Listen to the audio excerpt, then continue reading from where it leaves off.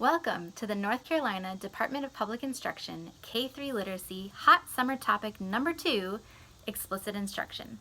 My name is Angela Preston and I am a K-3 Literacy Regional Consultant for the Southwest region. And I'm thrilled to talk about one of my absolute favorite topics in education, explicit instruction. Before we begin, feel free to download or print the guided notes handout. There is also a list of references for content in this presentation available to download. Let's jump in. This video will walk through the definition of explicit instruction, review a framework, and include a lesson. What is explicit instruction? Words that are often associated with explicit instruction include unambiguous, structured, systematic, scaffolded. It is instruction that is intentional and planned. Explicit instruction is not a curriculum or program, but a way of teaching that uses clear, intentional, and engaging instruction that is delivered with scaffolded supports and many opportunities for students to respond, receive feedback, and purposefully practice skills. Let's start with the big picture. Explicit instruction is often applied to lesson plans through the I do, we do, you do framework. Teacher modeling occurs during I do, guided practice happens during we do, and independent practice is you do. Often, the word systematic is used when talking about explicit instruction. Systematic means instruction is sequenced, built upon prior knowledge, and moves from simple to complex. When teachers plan for explicit instruction, they are ensuring that content is sequenced and focused on critical skills. The same critical skills that are taught in I do are supported through practice in we do, and independently practiced in you do, to allow for students to fully master the skills. Now that we have the framework, let's embed it into an instructional cycle. If we think of this framework as a cycle, the first thing that happens is planning, then instruction, guided practice, and independent practice. How well the students do during independent practice informs planning for the next instructional sequence. Explicit instruction is planned and intentional.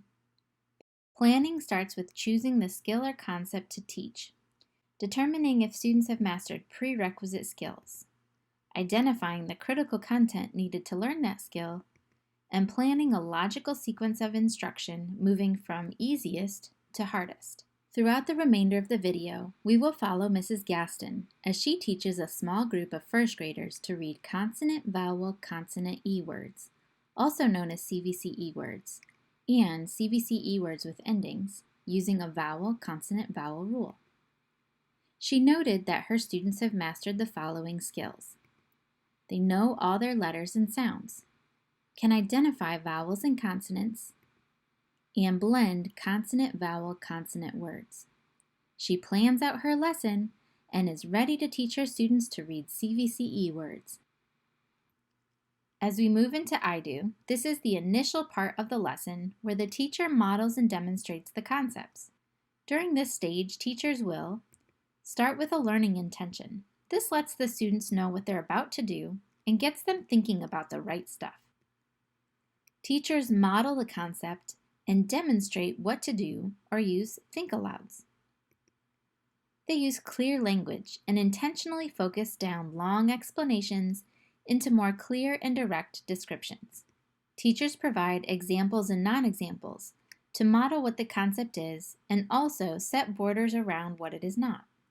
For example, in teaching the concept exist, examples include dog, person, lion, and non-examples include monster, mermaid, dragon. They don't exist. It's important to note that students are active participants during instruction by answering questions, responding to prompts, and working with the teacher. Now let's listen to Mrs. Gaston. She already started her lesson, and we will pick up at the introduction of the new rule for CVCE words. We're going to read words that have vowel, consonant, vowel patterns. Listen to this rule. When you see a vowel, consonant, vowel pattern, the first vowel says its name. Say that rule with me. When you see a vowel, consonant, vowel pattern, the first vowel says its name. Look at this first word. Here is the vowel, consonant, vowel pattern, A-K-E. That means the first vowel says its name, A. When I sound it out, I say, ache, make. Let's look at the next word. Is there a vowel, consonant, vowel pattern? Yes. Yes. Does the I say its name? Yes. Let's sound it out. Ready? Lime. Line. Let's look at the next word. Is there a vowel, consonant, vowel pattern? No. No. Does the E say its name? No. No. It says eh. Let's sound it out. Ready? Set. Set. Good job. Once the students are ready, the teacher moves into We Do for guided practice. Students spend time practicing with heavy support from the teacher. During We Do, instruction is engaging. Students have many opportunities to practice and respond together with the teacher, with a partner, or in small groups. As this is happening, the teacher closely monitors students' responses and provides consistent feedback. Feedback is extremely important because the teacher can catch any misunderstanding the student has and explain it again. We Do also includes scaffolds, which are supports added to assist students as they learn something new.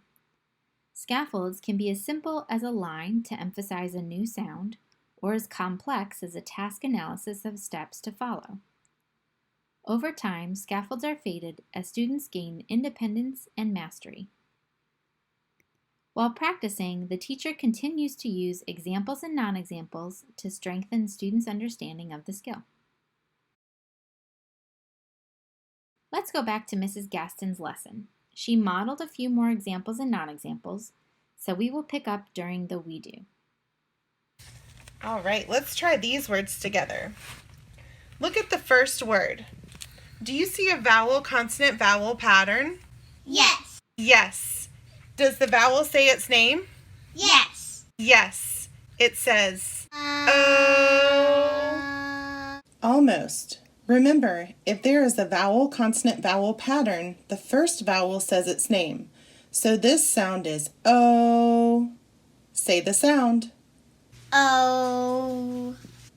Good. O. Say it with me. Road. Road. That word is road. I rode a horse. Let's look at the next word. Do you see a vowel, consonant, vowel pattern? No. Does the vowel say its name? No. So it says ah. Let's sound it out. Ready? Rod. Rod. Rod. Good job. Let's look at the next word. Do you see a vowel, consonant, vowel pattern? Yes. Yes. All right, let's. Once students are demonstrating an understanding of the concept, they are ready to move to You Do for independent practice. Providing distributed practice ensures students will continually use the skills they've previously learned. Distributed practice is provided over time and strongest when embedded within new skills.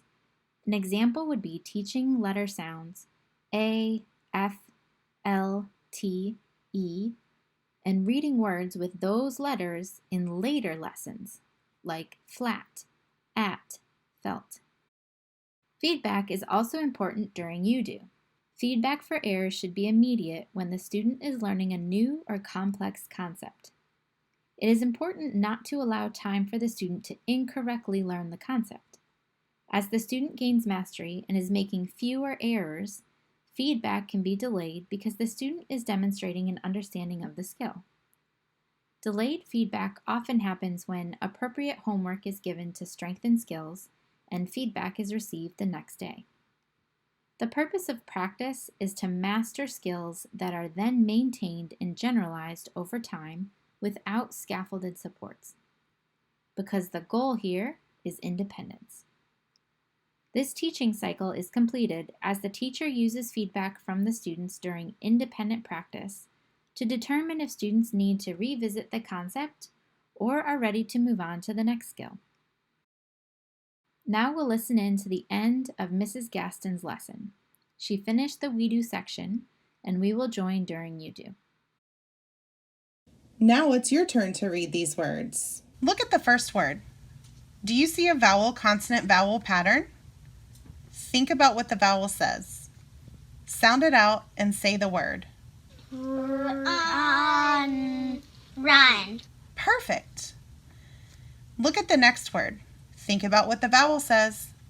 Sound it out and say the word. Hiding. You got it now.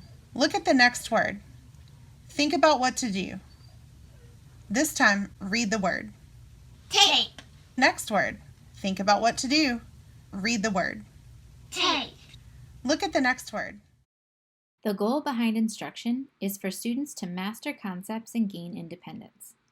Explicit instruction is structured to provide more teacher support and gradually release supports as the students gain mastery, until students are successfully and independently mastering the skill. This image depicts the teacher in yellow and the students in blue and shows that students are engaged in each part of the lesson, all the way from I do to you do.